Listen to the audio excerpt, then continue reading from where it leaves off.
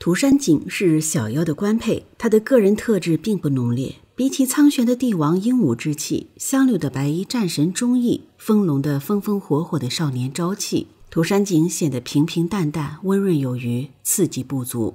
其他的男人都是有很重要的事情要做的，理想、忠义、家国、天下，他们干的事情都是轰轰烈烈的，都带有浓厚的英雄主义色彩。仿佛只有涂山璟，只有他一个人最想要的和最重要的是小妖，权谋手段天下对他而言都是浮云。当知道小妖喜欢涂山璟的时候，新月吓了一跳。要是以前的涂山璟他信，可现在的涂山璟白玉蒙尘，完全像变了一个人。小妖怎么会喜欢涂山璟呢？当知道小妖喜欢涂山璟的时候，防风一应脱口而出的是：怎么可能？一个王姬怎么会看上一个浑身是伤、瘸着腿、嗓子哑了的废物？当知道小妖喜欢涂山璟的时候，风龙一度觉得自己脑子一定短路了。自己风神俊秀，小妖怎么看上璟而不是自己？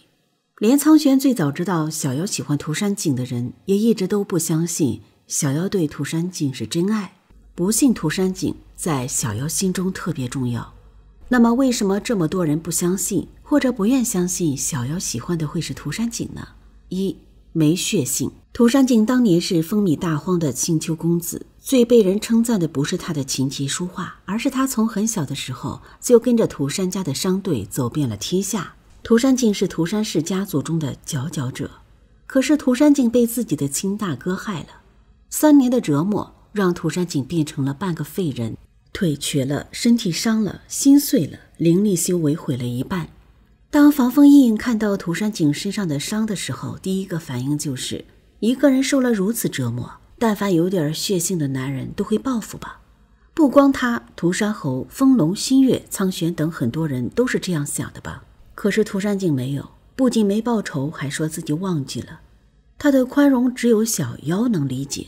涂山璟是不想让自己手上沾上这样的恶，让自己的灵魂不安。一旦他对他的大哥出手报复了，哪怕大哥死了残了，涂山璟这辈子心里都会蒙上一层阴影。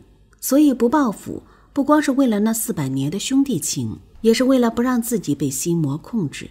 但理解他的人少，大部分人眼中这不符合一个对有血性的男人的要求，太心软。涂山璟总是想用温和的手段跟防风一应合理，那是因为涂山璟并不了解防风一应，他只是从一个商人的角度，用自己惯用的方式来解决问题，那就是用最大的好处弥补防风一应，达到退婚的效果。其实如果不是涂山侯背后搞鬼，逼着防风一应坚持，只怕涂山璟的这个计谋早就凑效了。涂山璟唯一没想到的是涂山侯跟防风一应的联合，更没想到他们已经无耻到了没有底线。其实这个不难理解吧，看看身边人的恋爱和婚姻，有多少人是被劈腿很久了才知道外面有人了。这还是2个相爱的人之间相处，或者是一家人的2口子，都不一定能够看清楚枕边人劈腿。涂山璟又不爱防风一应，不关注他，又不跟他过日子，成天不在一起。他没有看清楚防风一应偷情，应该也可以理解吧。但是他的善良和有理有节的退婚，放在很多人眼里就是太软弱了。苍玄说可以用手段逼防风家退婚，风龙说苍玄那么多女人都搞定了，涂山璟就一个女人还搞不定，那是因为他们都够心狠，涂山璟不心狠。这也是为什么小妖始终喜欢他的一点。防风一应被涂山侯抛弃陷害之后，防风一应第一次认真看了涂山璟，说了这段话。一应仰头看着璟，夏日的阳光从他头顶照下，映着他的眉目分外清晰，和猴相似的五官却没有猴的诡秘飞扬，而是若清水皓月般坦荡磊落，平静温和。第一次一应真正看清楚了璟长什么模样。一应微笑着说，以前认定了你懦弱无能，今日才明白仇恨并不需要智慧，那只是受到伤害后的本能反应，宽恕才需要智慧和坚强，可惜我做不到。原来是我配不上你，我还是喜欢以眼还眼，以牙还牙，和侯道真的很相配。清官难断家务事，涂山璟纵然很聪明，权谋手段无一不行，但是他的手段从来都是温和的，也不曾伤害到任何一个无辜的人，而且他从一开始就是坚决要退婚的，坚持退婚期间也没有自己主动的了骚防风易应。涂山璟是中了奶奶防风易应涂山侯的圈套，才被喜当爹逼迫成婚的。就因为他心智坚持，从始至终只要小妖，拒绝防风易应，所以最后小妖反应过来之后，才会重新跟涂山璟走到一起。就是因为小妖信任涂山璟一定不会背叛他，所以才能够用手段侦破了涂山侯跟防风易应的阴谋。而那些只有小妖能理解他，其他人看来涂山璟就是太软弱了。3. 没理想。